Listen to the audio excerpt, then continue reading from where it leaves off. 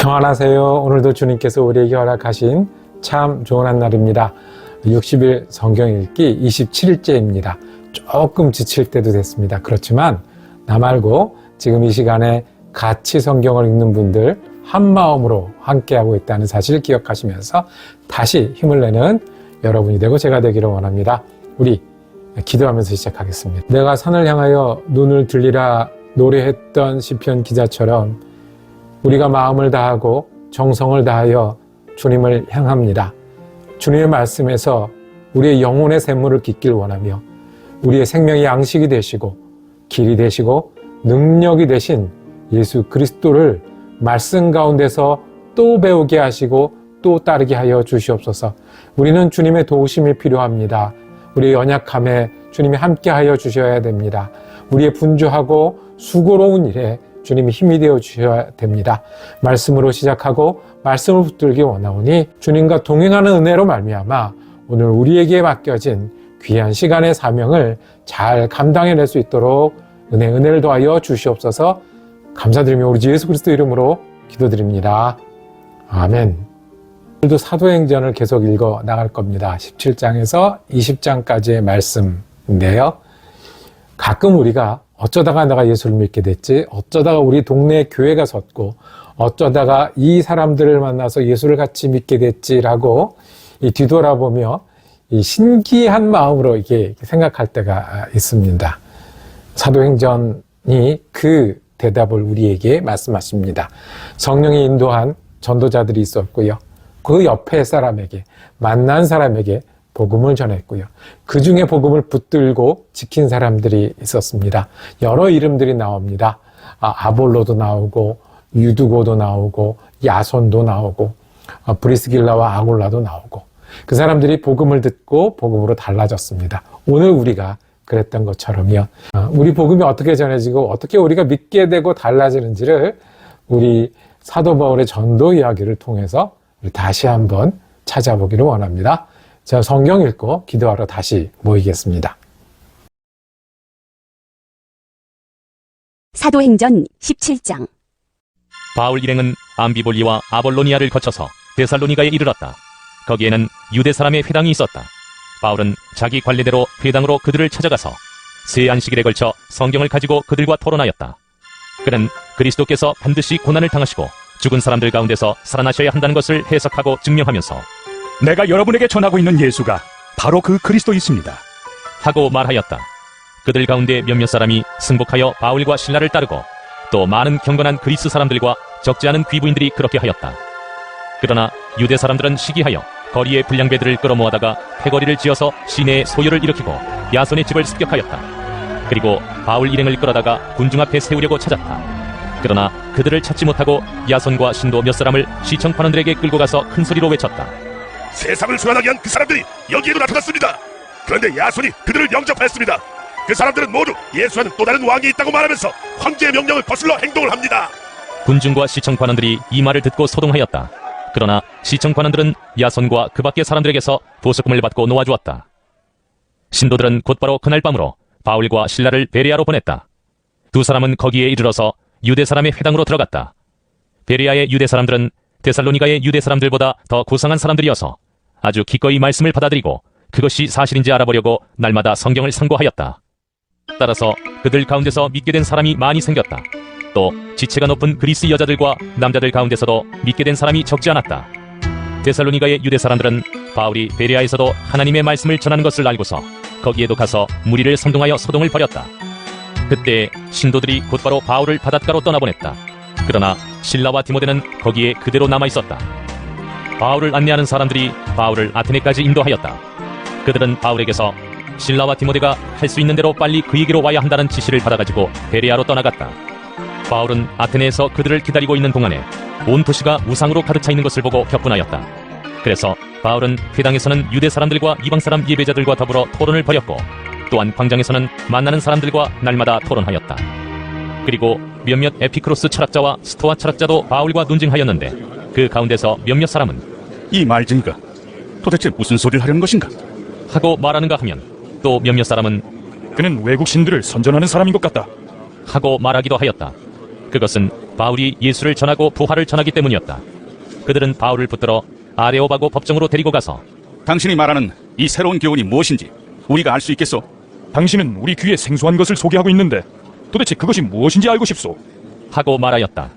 모든 아테네 사람과 거기에 살고 있는 외국 사람들은 무엇이나 새로운 것을 말하고 듣는 일로만 세월을 보내는 사람들이었다.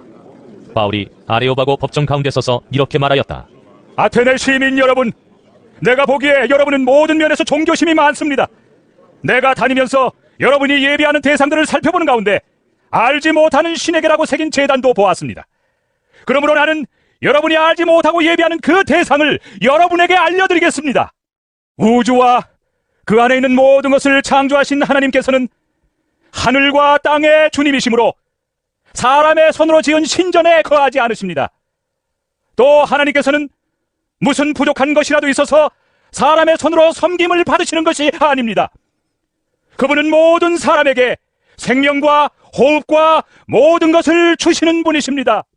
그분은 인류의 모든 족속을 한 혈통으로 만드셔서 온 땅 위에 살게 하셨으며 그들이 살 시기와 거주할 지역의 경계를 정해 놓으셨습니다. 이렇게 하신 것은 사람으로 하여금 하나님을 찾게 하시려는 것입니다. 사람이 하나님을 더듬어 찾기만 하면 만날 수 있을 것입니다. 사실 하나님은 우리 각 사람에게서 멀리 떨어져 계시지 않습니다. 여러분의 시인 가운데 어떤 이들도 우리도 하나님의 자녀이다 하고 말한 바와 같이 우리는 하나님 안에서 살고 움직이고 존재하고 있습니다. 그러므로 하나님의 자녀인 우리는 신을 사람의 기술과 고안으로 금이나 은이나 돌에다가 새겨서 만든 것과 같다고 생각해서는 안 됩니다. 하나님께서는 무지했던 시대에는 눈 감아주셨지만 이제는 어디에서나 모든 사람에게 회개하라고 명하십니다. 그것은 하나님께서 세계를 정의로 심판하실 날을 정해놓으셨기 때문입니다. 하나님께서는 자기가 정하신 사람을 내세워서 심판하실 터인데 그를 죽은 사람들 가운데서 살리심으로 모든 사람에게 확신을 주셨습니다. 그들이 죽은 사람들의 부활에 대해서 들었을 때 더러는 비웃었으나 더러는 이 일에 관해서 당신의 말을 다시 듣고 싶소. 하고 말하였다. 이렇게 바울은 그들을 떠났다. 그러나 몇몇 사람은 바울 편에 가담하여 신자가 되었다. 그 가운데는 아레오바고 법정의 판사인 디오느시오도 있었고 다말이라는 부인도 있었고 그 밖에 다른 사람들도 있었다. 사도행전 18장. 그 뒤에 바울은 아테네를 떠나서 고린도로 갔다. 거기서 그는 본도 태생인 아굴라라는 유대 사람을 만났다. 아굴라는 글라우디오 황제가 모든 유대 사람에게 로마를 떠나라는 칙령을 내렸기 때문에 얼마 전에 그의 아내 브리스길라와 함께 이탈리아에서 온 사람이다. 바울은 그들을 찾아갔는데 생업이 서로 같으므로 바울은 그들 집에 묵으면서 함께 일을 하였다. 그들의 직업은 천막을 만드는 일이었다. 바울은 안식일마다 회당에서 토론을 벌이고 유대 사람과 그리스 사람을 설득하려 하였다. 실라와 디모데가 마케도니아에서 내려온 뒤로는 바울은 오직 말씀을 전하는 일에만 힘을 쓰고 예수가 그리스도이심을 유대 사람들에게 밝혀 증언하였다. 그러나 유대 사람들이 반대하고 비방하므로 바울은 그의 옷에서 먼지를 떨고서 그들에게 말하였다. 여러분이 멸망을 받으면 그것은 오로지 여러분의 책임이지 나의 잘못은 아닙니다. 이제 나는 이방 사람에게로 가겠습니다. 바울은 거기를 떠나서 디디오 유스도라는 사람의 집으로 갔는데 그는 이방 사람으로서 하나님을 공경하는 사람이고 그의 집은 바로 회당 옆에 있었다. 회당장인 그리스보는 그의 온 집안 식구와 함께 주님을 믿는 신자가 되었다. 그리고 고린도 사람 가운데서도 많은 사람이 바울의 말을 듣고서 믿고 세례를 받았다. 그런데 어느 날 밤에 환상 가운데 주님께서 바울에게 말씀하셨다. 무서워하지 말아라. 잠자코 있지 말고 끊임없이 말하여라. 내가 너와 함께 있으니 아무도 너에게 손을 대어 해하지 못할 것이다. 이 도시에는 나의 백성이 많다. 바울은 그들 가운데서 하나님의 말씀을 가르치면서 1년 6개월 동안 머물렀다. 그러나 갈리오가 아가야주 총독으로 있을 때 유대 사람이 한패가 되어 바울에게 달려들어 그를 재판정으로 끌고 가서 이 사람은 법을 어기면서 하나님을 공경하라고 사람들을 선동하고 있습니다. 하고 말하였다. 바울이 막 입을 열려고 할 때 갈리오가 유대 사람에게 말하였다. 유대 사람 여러분, 사건이 무슨 범죄나 악행에 관련된 일이면 내가 여러분의 송사를 들어주는 것이 마땅할 것이요. 그러나 문제가 언어와 명칭과 여러분의 율법에 관련된 것이면 여러분이 스스로 알아서 처리하시오. 나는 이런 일에 재판관이 되고 싶지 않소. 그래서 총독은 그들을 재판정에서 몰아냈다. 그들은 회당장 소스데네를 붙들어다가 재판정 앞에서 때렸다. 그러나 갈리오는 이 일에 조금도 참견하지 않았다. 바울은 여러 날을 더 머무른 뒤에 신도들과 작별하고 배를 타고 시리아로 떠났다. 브리스길라와 아굴라가 그와 동행하였다. 그런데 바울은 서원한 것이 있어서 겐그레아에서 머리를 깎았다. 그 일행은 에베소에 이르렀다. 바울은 그 두 사람을 떼어놓고 자기 혼자 회당에 들어가서 유대 사람과 토론하였다. 그들은 바울에게 좀 더 오래 머물러 달라고 청하였으나 바울은 거절하고 하나님의 뜻이면 내가 다시 돌아오겠습니다. 하고 작별 인사를 한 뒤에 배를 타고 에베소를 떠났다. 바울은 가이사랴에 내려서 예루살렘으로 올라가 교회에 문안한 뒤에 안디옥으로 내려갔다. 바울은 얼마 동안 거기에 있다가 그곳을 떠나 갈라디아 지방과 부르기아 지방을 차례로 두루 다니면서 모든 신도를 굳세게 하였다. 그런데 알렉산드리아 태생으로 아볼로라는 유대 사람이 에베소에 왔다. 그는 말을 잘하고 성경에 능통한 사람이었다. 그는 이미 주님의 도를 배워서 알고 있었고 예수에 관한 일을 열심히 말하고 정확하게 가르쳤다. 그렇지만 그는 요한의 세례밖에 알지 못하였다. 그가 회당에서 담대하게 말하기 시작하니 브리스길라와 아굴라가 그의 말을 듣고서 따로 그를 데려다가 하나님의 도를 더 자세하게 설명하여 주었다. 아볼로는 아가야로 건너가고 싶어 하였다. 그래서 신도들이 그를 격려하고 그쪽 제자들에게 아볼로를 영접하라고 편지를 보냈다. 그는 거기에 이르러서 이미 하나님의 은혜로 신도가 된 사람들에게 큰 도움을 주었다. 그가 성경을 가지고 예수가 그리스도이심을 증명하면서 공중 앞에서 유대 사람들을 힘있게 논박했기 때문이다. 사도행전 19장. 아볼로가 고린도에 있는 동안에 바울은 높은 지역들을 거쳐서 에베소에 이르렀다. 거기서 그는 몇몇 제자를 만나서 여러분은 믿을 때 성령을 받았습니까? 하고 물었다. 그들은 우리는 성령이 있다는 말을 들어보지도 못하였습니다. 하고 대답하였다. 바울이 다시 물었다. 그러면 여러분은 무슨 세례를 받았습니까? 그들이 요한의 세례를 받았습니다. 하고 대답하니 바울이 말하였다. 요한은 백성들에게 자기 뒤에 오시는 이 곧 예수를 믿으라고 말하면서 회개 세례를 주었습니다. 이 말을 듣고 그들은 주 예수의 이름으로 세례를 받았다. 그리고 바울이 그들에게 손을 얹으니 성령이 그들에게 내리셨다. 그래서 그들은 방언으로 말하고 예언을 했는데 모두 12사람쯤 되었다. 바울은 회당에 들어가서 석 달 동안 하나님 나라의 일을 강론하고 권면하면서 담대하게 말하였다. 그러나 몇몇 사람은 마음이 완고하게 되어서 믿으려 하지 않고 온 회중 앞에서 이 도를 비난하므로 바울은 그들을 떠나 제자들을 따로 데리고 나가서 날마다 브란노 학당에서 강론하였다. 이런 일을 이태 동안 하였다. 아시아에 사는 사람들은 유대 사람이나 그리스 사람이나 모두 주님의 말씀을 듣게 되었다. 하나님께서 바울의 손을 들어서 비상한 기적들을 행하셨다.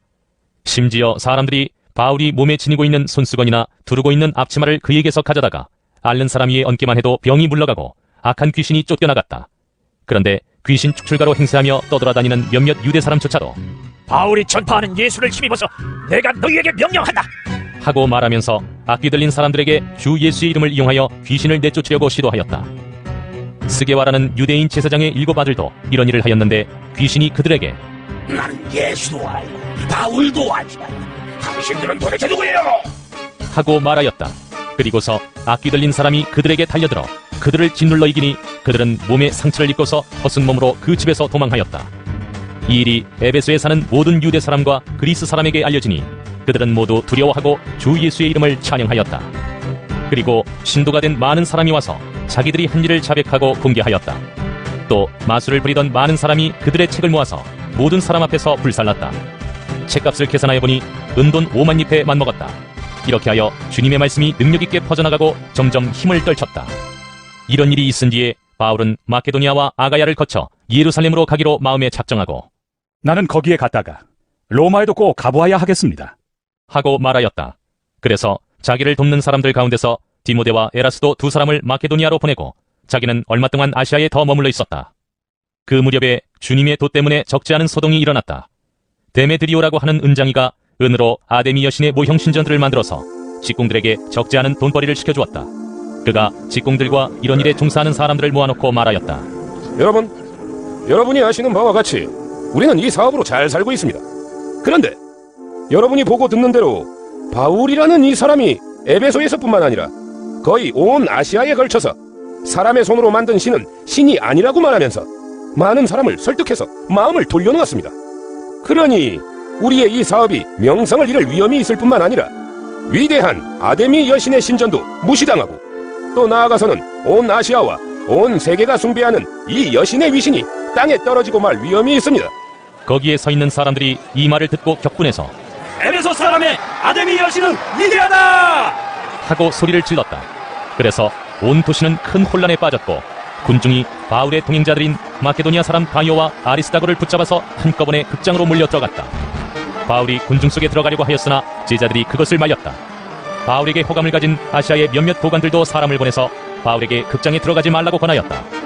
극장 안에서는 더러는 이렇게 외치고 더러는 저렇게 외치는 바람에 모임은 혼란에 빠지고 무엇 때문에 자기들이 모여들었는지조차 알지 못하는 사람이 많았다.